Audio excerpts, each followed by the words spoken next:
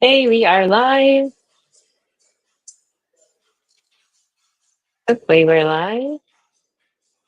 Just going to press for a minute.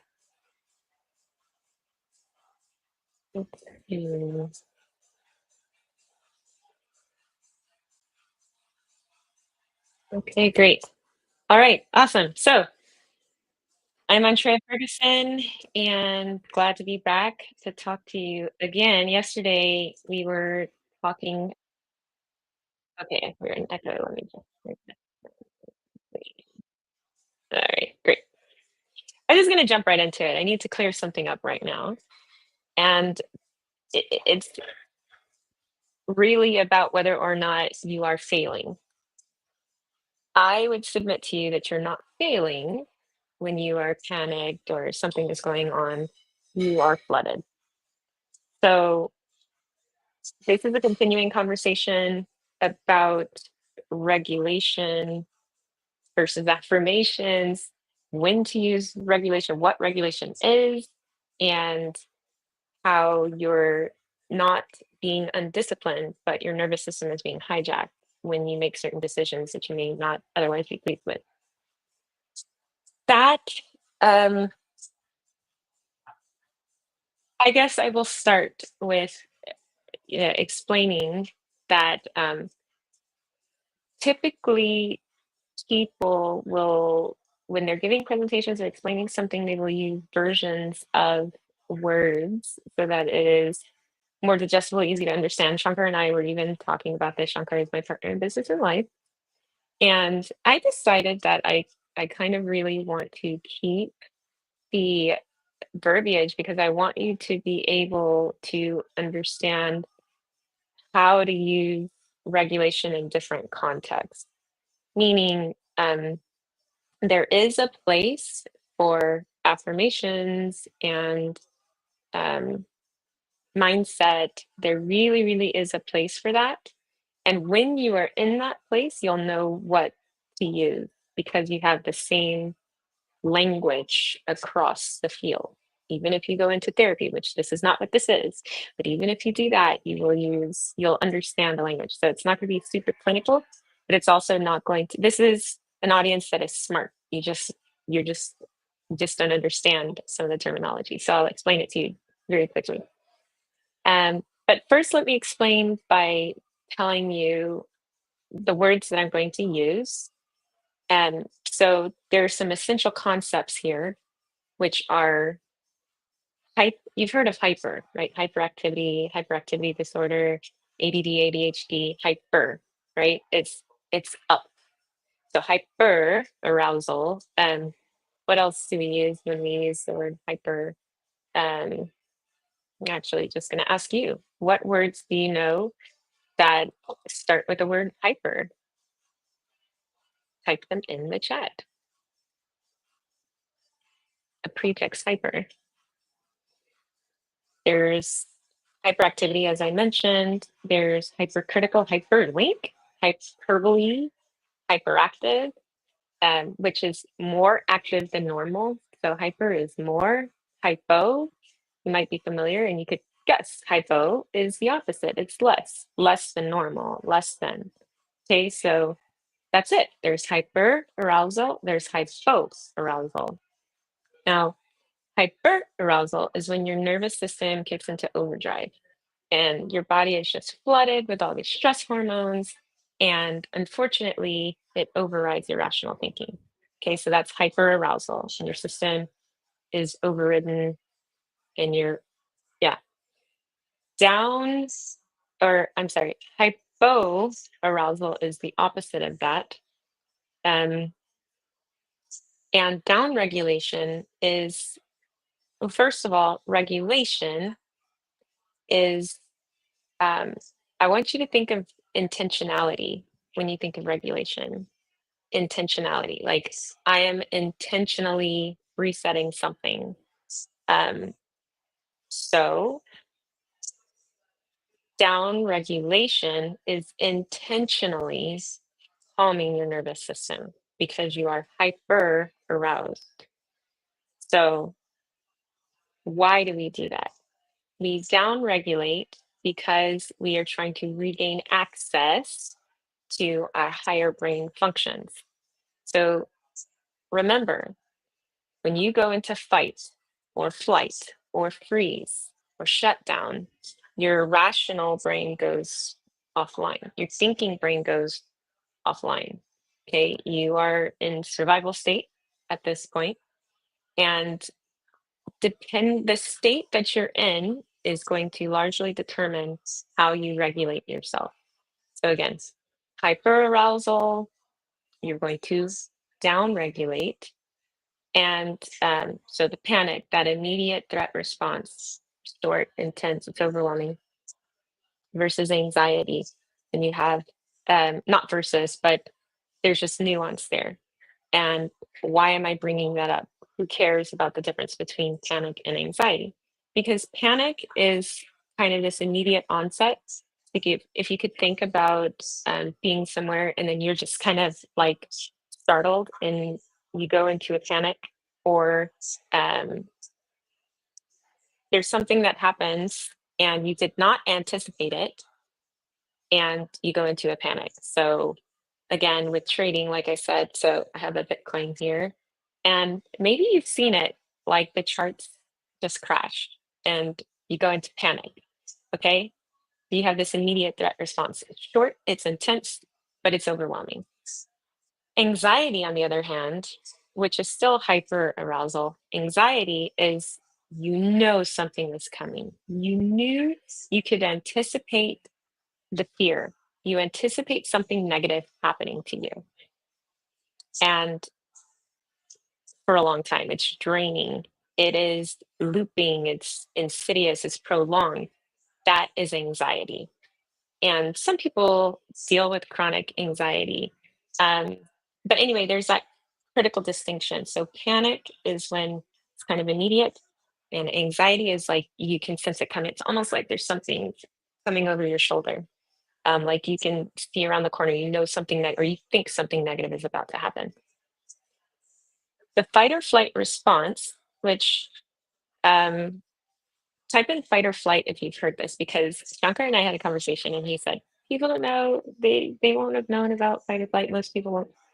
I challenged that because I remember in anatomy and physiology, granted, maybe not everyone took anatomy and physiology, but in some science class, you might have been exposed to or familiar with the idea of fight or flight response. It's when your body kicks in with this ancient survival mechanism, which you could guess it's going to fight or it's going to flee. So fight or flight. And this is all very simplified. I know that there's probably a lot of people out there who could give the textbook definition a lot stronger than I could, but I'm just trying to let you know what's really happening. When your breath shortens and the vision narrows, you're experiencing a biological override. Your prefrontal cortex, the strategic rational part of your brain, as I mentioned, gets sidelined. Your amygdala takes over, takes the wheel, and sometimes you make some bad, well, you're not making bad decisions. Your survival brain is making decisions for you. And sometimes those decisions are not very good. All right. Hopefully you understand. This is the whole biology of being overwhelmed, by the way. This is the entire, this is the definition of that. So it's not emotional weakness. It's not a character flaw. It's just the point where your body interrupts and is like, you know what, this is too much input. It's too fast, too unpredictable, it's like having all the tabs of your brain open. So it starts to reroute control to your survival system. So too many windows open, processing slow, eventually the system freezes or it crashes, right? Or something is going on. So hopefully we understand hyperarousal. Hyperarousal, your nervous system kicks into drive and you're just kind of ramped up. What you need for that is an intentional regulation reset, which is down regulation. You are intentionally calming your nervous system, not to sing kumbaya and not to, I know we're not in a calm retreat yet, but it's to regain access to your higher brain functions because you're a founder, a CEO, or a high performing operator, or you have things to do. You have work, you have business, you have school, you have whatever it is that you have to do. You need to get back online. But if you are in hyper arousal, you need something that's going to down-regulate you so you can think about it, okay? Get back to the thinking. Okay, so it's just going to take a pulse check right now. And if you understand, say, I understand. Then I can go on to the next part and explain. Um, yeah, so loud noise startles you. You go into panic. Maybe you got social demand information, you got some pressure, decision pressure, some kind of stimuli, internal or external. The internal would be like the rising heart rate, would be, let me just check the chat because I don't see. Okay, so this emotional swirl or even like negative self-talk, that's internal. We can stress ourselves out really good. All right, then you start getting the tight chest and the rising heart rate. And all of this is processed by your amygdala first, your brain's threat detector. It's like Bessel describes it as the smoke detector.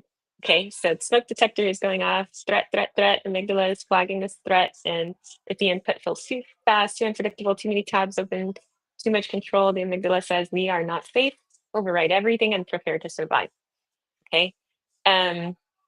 Then you get those flood of hormones, the cortisol, the adrenaline, the blood flow, and everything is diverting from your prefrontal cortex, which is the planning, the reasoning, to the limbic system and the muscles. Prefrontal cortex goes offline. You lose that access to your long-term planning, your working memory, your strategic thinking, your emotional nuance. And that's when you'll probably sit back and say, I knew better. I knew better, but I could not think straight. Then you'll beat yourself up about not having discipline and blah, blah, blah. You just lost access. You lost cortical access, okay? So the fight is, these are things that the nervous system selects as a defense response, okay? Your autonomic nervous system is going to choose one of those three that I mentioned: fight, flight, freeze, shut down. I know this is super simplified, but it's a good way to explain it.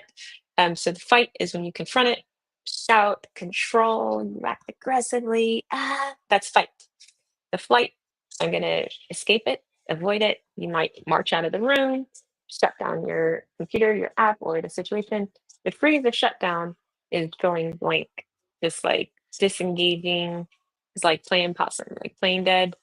And it's often misunderstood as calm, but it's really, I need you to understand that shutting down is not calm.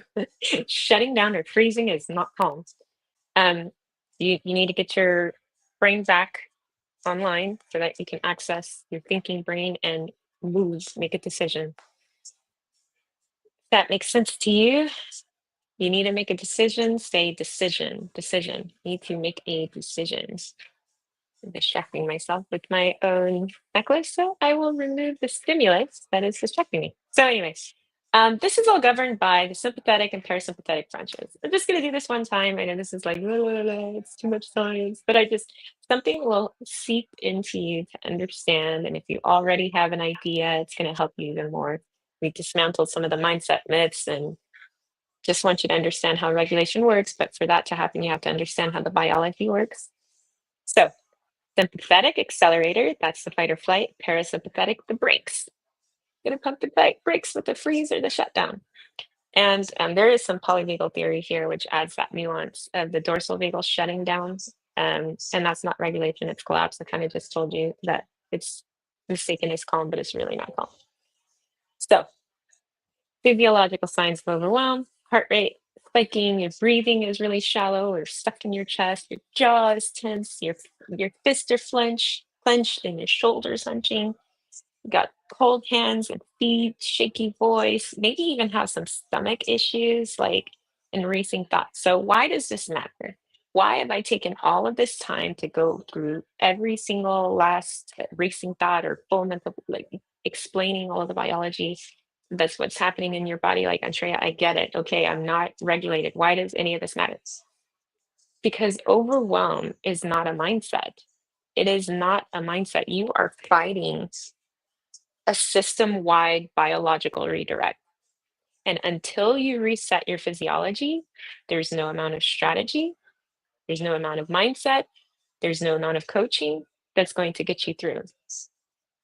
That's why the expansion protocol And nervous system regulation matters. That's why it works, because it gets you unblocked. It gets your thinking brain back online.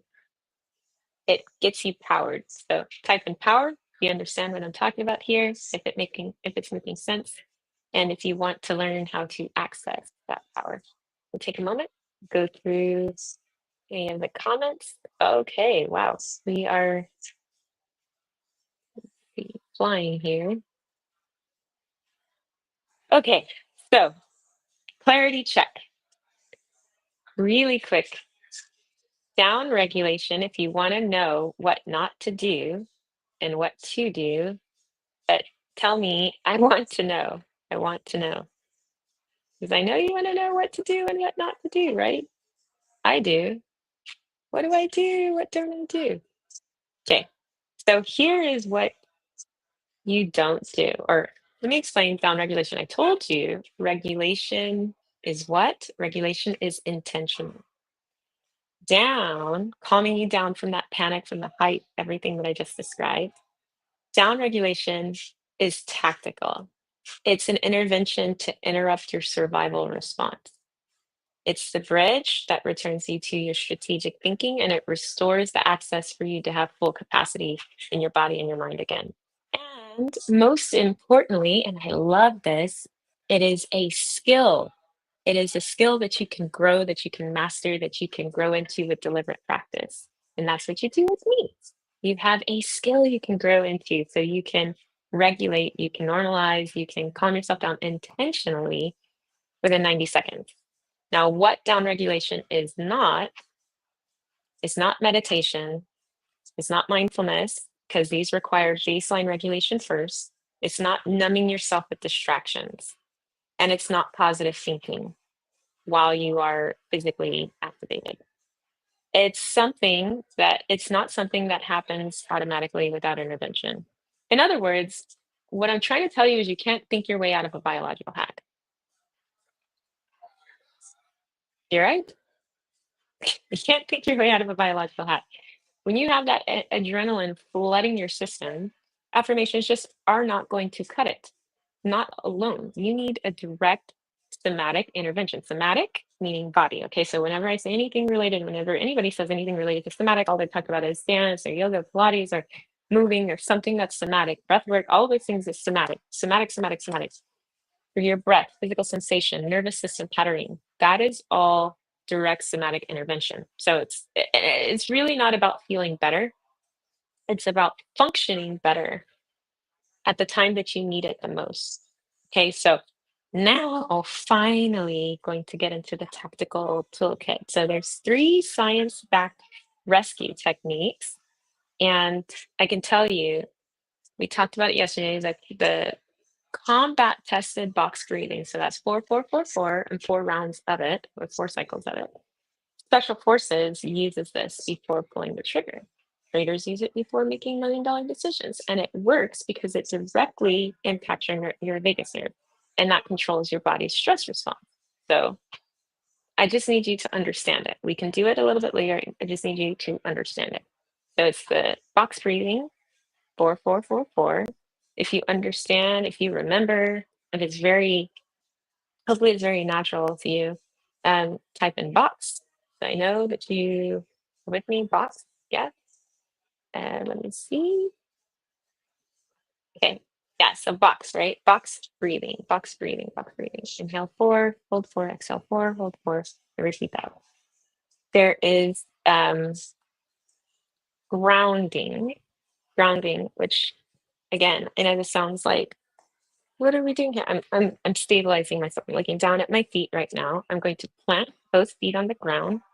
I'm going to take my palms, press them firmly into my thighs, and I'm going to.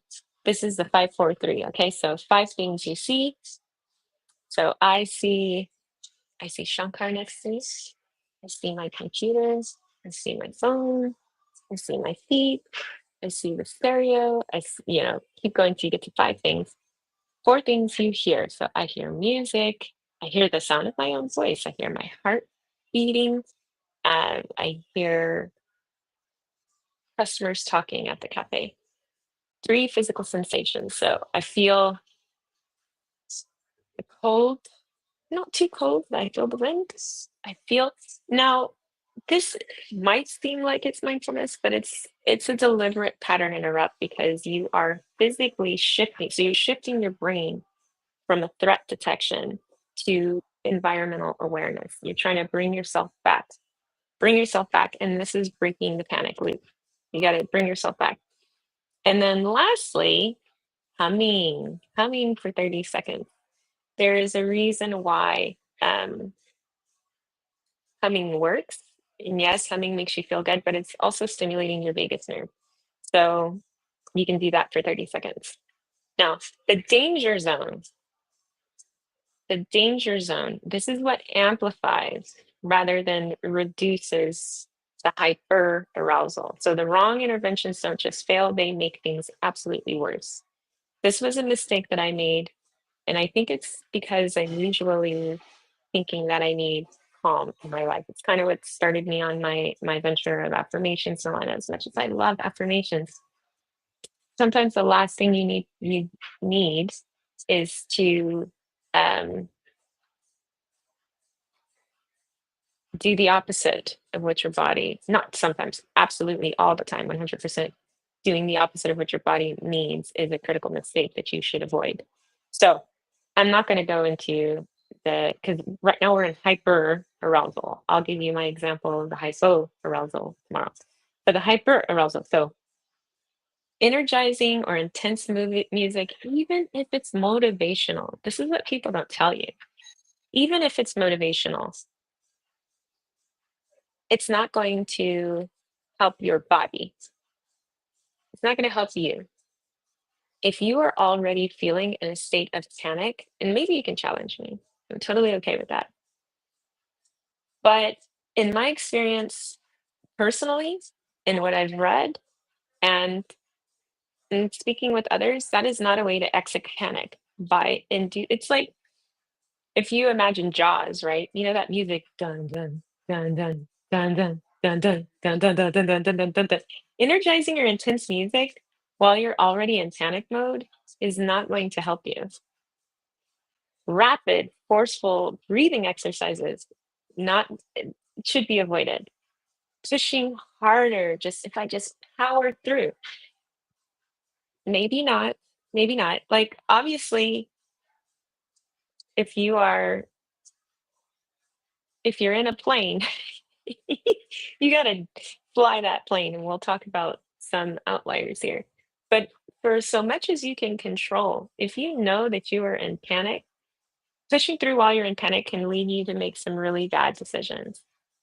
Reading motivational content that further activates you, that doesn't always help either. You know, I know sometimes people will try to just like, I just gotta have this motivational.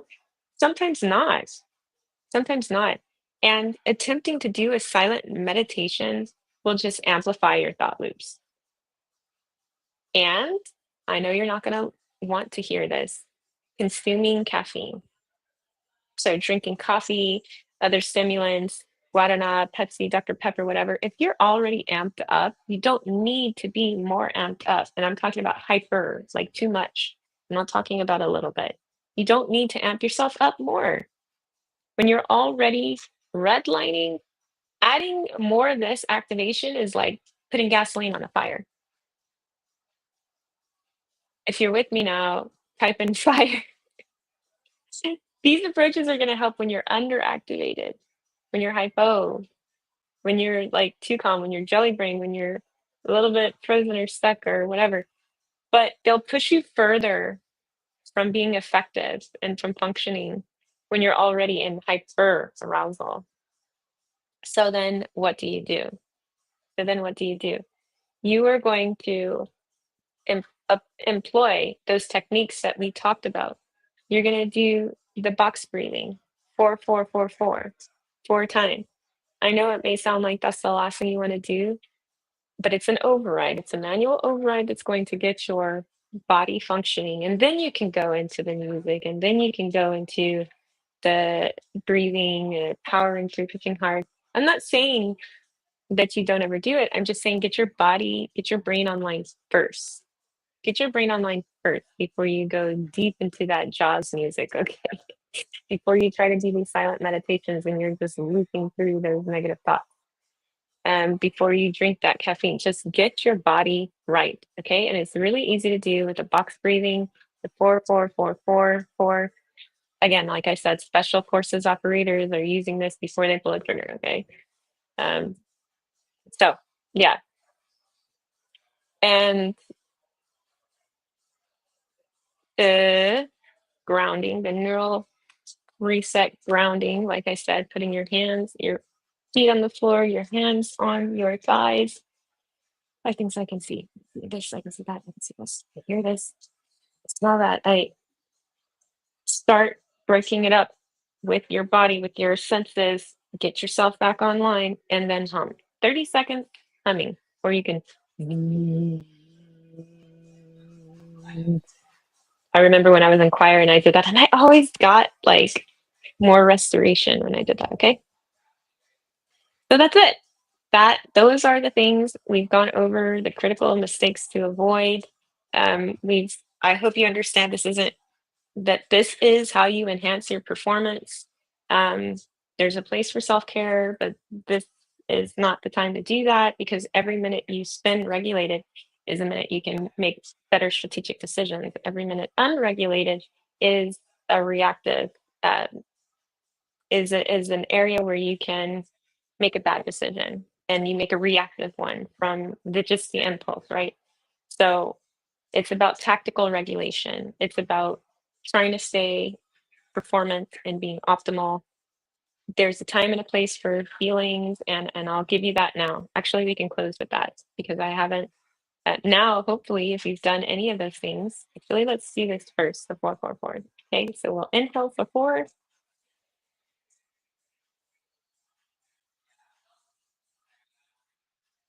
hold it,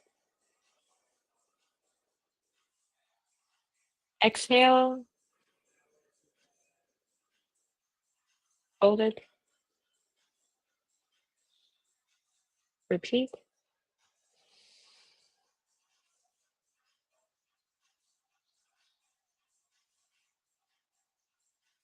exhale,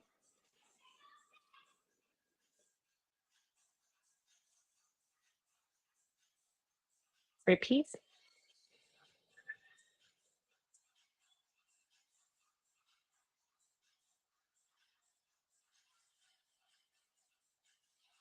exhale,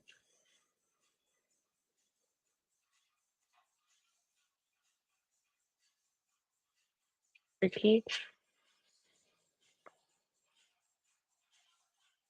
hold it, exhale, hold it. All right. Okay, that feels good. Tell me feels good. I hope you learned a few techniques. Gonna close with some affirmations. Let me pull those up.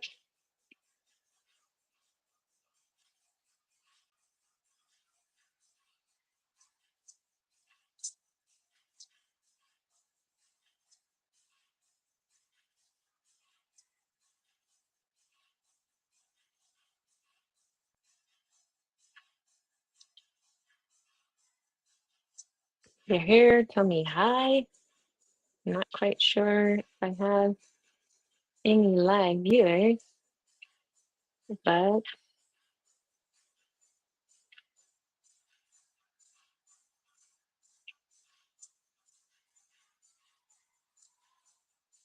let me know if you're with me. I don't feel like anyone is here with me.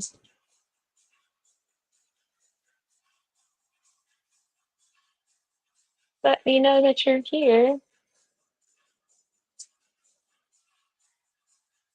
Okay, good. All right. So let's do these regulation mantras, and then we'll go into the affirmations, and then we will be done. All right. So this is to use when you're hyper aroused. Okay. So it's short, it's directive, it's going to interrupt the survival response. So the signal. Override, I am returning to baseline. I'm returning to baseline. So you're going to say this when you feel panic rising. This is a direct command pattern to interrupt that automatic loop. And I know it sounds crazy to talk to yourself like you are a commander, like you are in the military, but it's effective. Okay. So override, I'm returning to baseline. I'm returning to baseline. Returning to baseline. I'm returning to baseline. This is activation, not emergency. I can handle this. I can navigate this. This is activation, not emergency. I can navigate this. 3, breathe, feel, anchor. My system knows how to reset. My system knows how to reset. 4, I'm not deciding from here. I am not deciding from here. Regulate first, then respond. Regulate first, then respond. All right, let's move into our strategic affirmations. My ability to regulate under pressure is my competitive edge. My ability to regulate under pressure is my competitive edge. My ability to regulate under pressure is my competitive edge.